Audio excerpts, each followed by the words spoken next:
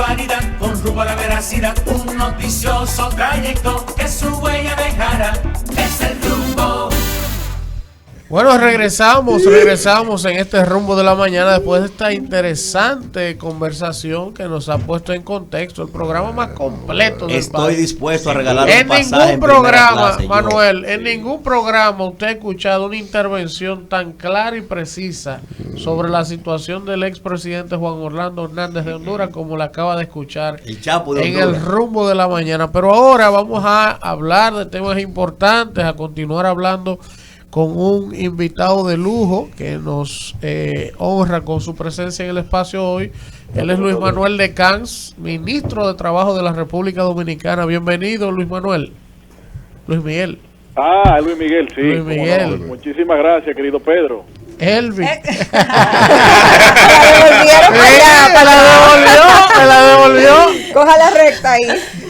Muchísimas gracias. Para mí un placer poder conversar con ustedes. Ministro, vamos a aprovechar el tiempo porque sabemos que tiene muchos compromisos. He visto informaciones en la prensa de que ustedes han iniciado un proceso sumamente importante que es la reforma del Código de Trabajo de la República Dominicana, un tema importante, necesario, pero a la vez sumamente neurálgico. Si pudiera contarnos cuál es el espíritu de esta modificación al Código de Trabajo, cuáles sectores están participando y cuál es la apertura que van a tener los ciudadanos de a pie de poder aportar sus propuestas en ese Código de Trabajo, porque usted sabe que siempre hay mucha sensibilidad, de que los empresarios jalan para su lado, de que siempre el trabajador sale perjudicado. Cuéntanos un poco de ese proceso tan importante que están llevando a cabo. Muchísimas gracias, muchísimo gusto. Efectivamente, se ha dado inicio al proceso de diálogo con miras a modernizar, actualizar y modernizar el Código de Trabajo. Esto se enmarca dentro de la visión de reformas que el presidente de la República ha insistido desde que era candidato, dicho sea de paso, en cumplimiento de sus compromisos y los compromisos que todos junto con él asumimos. Dicho eso, debo de recordar que el Ministerio de Trabajo existe por muchas razones, pero una de las principales es para garantizar que los derechos de los trabajadores se puedan respetar en los procesos de diálogo y conversación con los empleadores. Todo el mundo conoce que en la dinámica de conversación entre empleadores y trabajadores, pues no necesariamente se encuentran siempre en la misma posición de negociación o negociadora. Para eso es que existe el Ministerio de Trabajo, para garantizar que las posiciones de negociación sean equiparables, sean justas y equidistantes. Dentro de ese contexto y con esa visión, pues se inició estos diálogos dentro del marco del Consejo Consultivo del Trabajo, que es un organismo tipo del Ministerio de Trabajo a esos fines, compuesto por el tripartismo, trabajadores, empleadores y gobierno. Y justamente la semana pasada, en la segunda reunión al respecto, quedó acordado y aprobado la apertura para que toda la ciudadanía pueda expresar sus propuestas y sus opiniones sobre cuáles son las cosas que hay que corregir del Código de Trabajo, cuáles son las cosas que hay que mejorar, pero también cuáles son las cosas que hay que introducir. Para eso se publicó no solamente un correo electrónico que se estaría recibiendo, sino también existe en la página oficial del Ministerio de Trabajo el espacio en donde la ciudadanía puede perfectamente expresar, proponer, postear sus propuestas. En los primeros 3 días, después que se anunció eso, pues ya el Ministerio había recibido más de 80 propuestas de diferentes actores de diferentes partes del país, y seguirá sucediendo porque es un proceso que toma todo un mes. Y esas propuestas, además de darle acuso de recibo, pues van a estar siendo evaluadas, discutidas por los actores del tripartismo nuclear. Ministro, buenos días. Manuel Cruz de este lado. Un gran placer, ministro.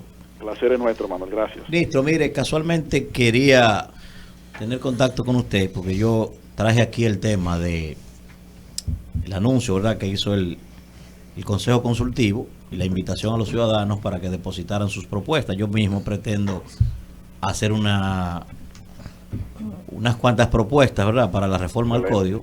Excelente.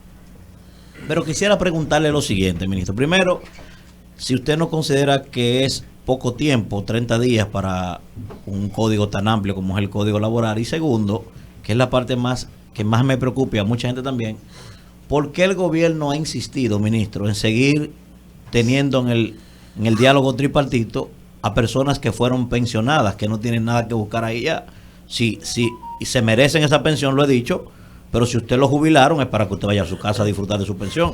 Ya esas personas no pueden seguir representando a los trabajadores, y de hecho ni siquiera nos sentimos representados en ellos ya. ¿Por qué han incurrido en eso? En primer lugar, qué bueno saber que usted pretende producir e introducir sugerencias y propuestas. Que me alegra mucho conocer eso, porque es justamente el objetivo de la iniciativa, y al final todas las propuestas se van no solamente a recibir, sino a conocer para las mejoras. Estamos seguros de que muchísimas de las mejoras se van a producir a través de esa vía.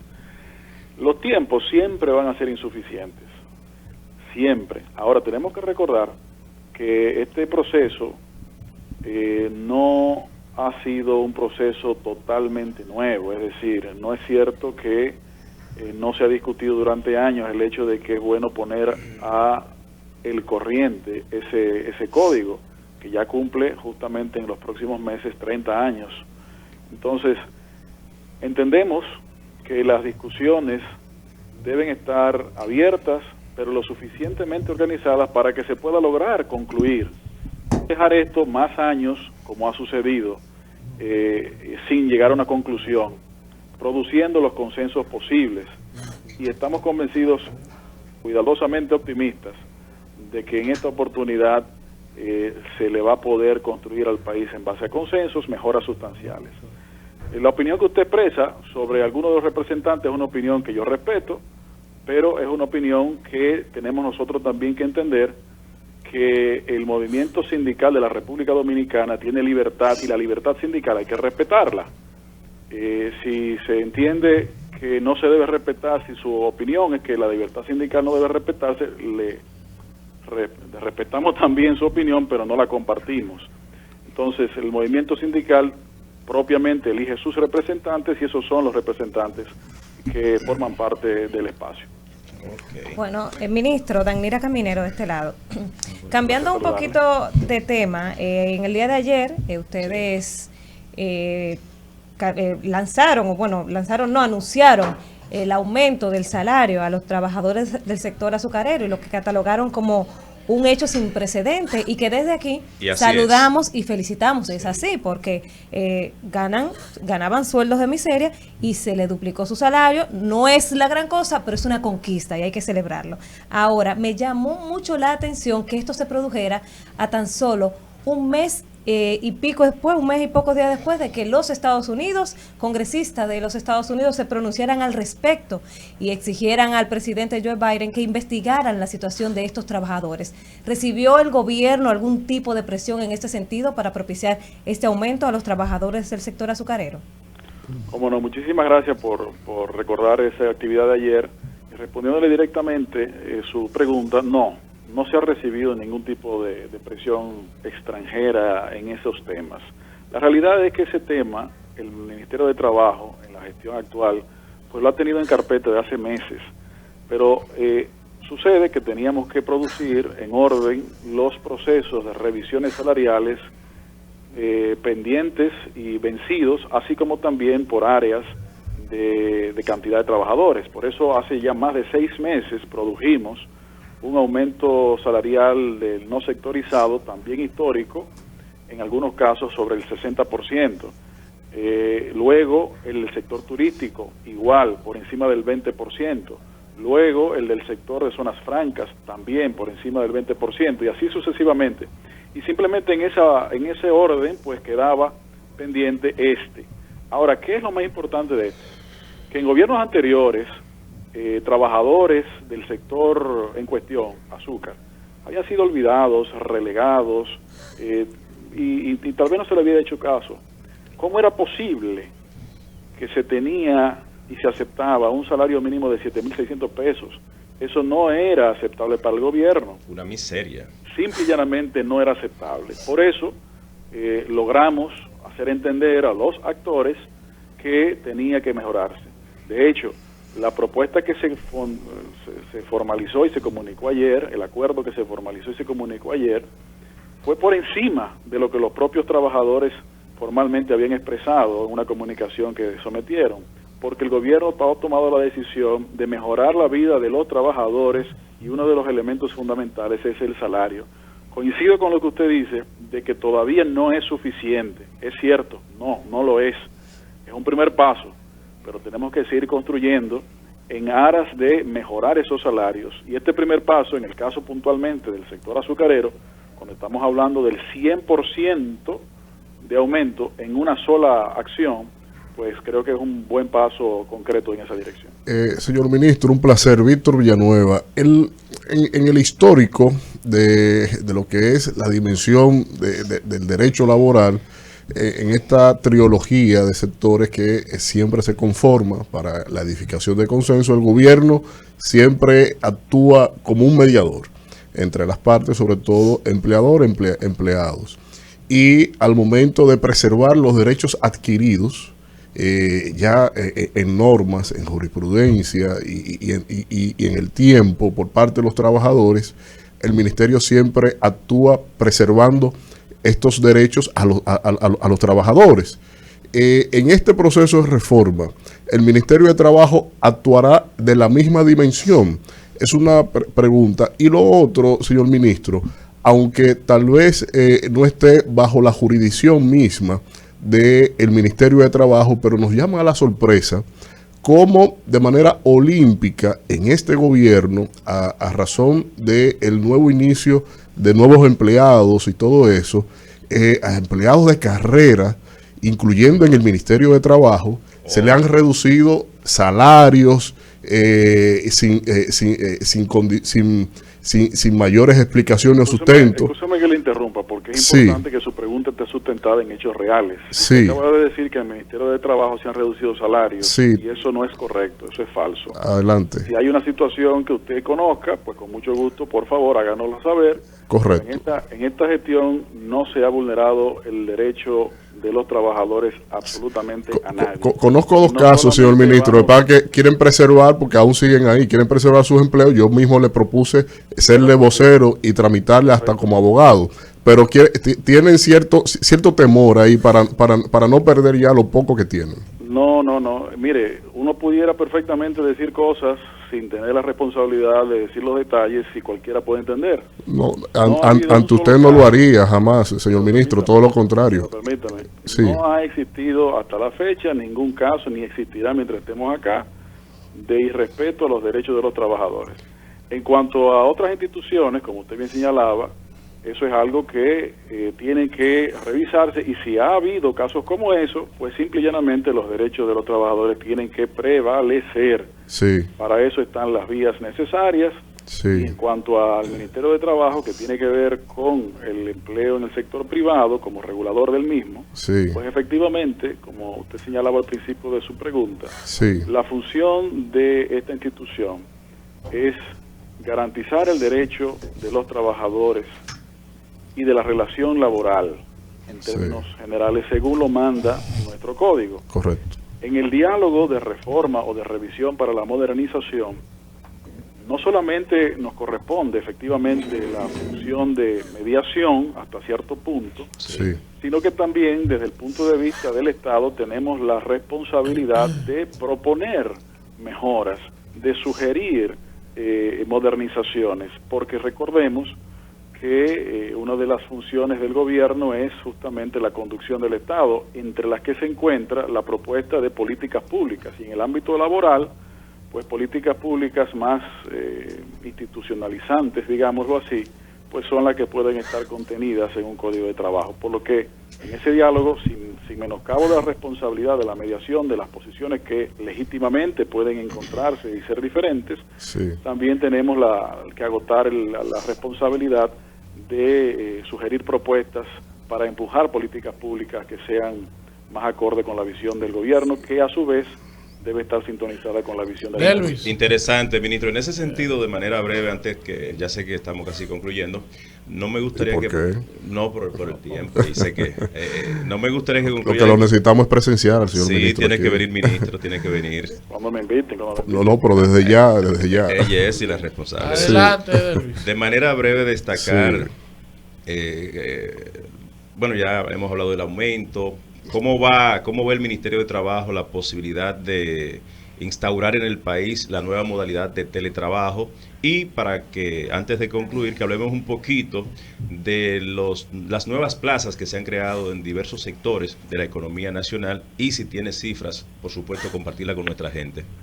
Cómo no, muchas gracias. Efectivamente, el teletrabajo ha existido desde hace varios años y como sabemos, la pandemia pues simple y llanamente aceleró su necesidad de aplicación. En el noviembre del 2020, apenas nosotros, estando aquí cerca de 3 meses, pues emitimos la resolución al respecto en vista de que, como no podía ser de otra manera, el Código de Trabajo no lo contempla. Un código de 30 años no tenía por qué contemplarlo. Y esa resolución plasmamos cuáles son algunas de las cosas que entendemos, dicho sea de paso, deben incluirse en esta reforma del código para que tengan categoría de ley.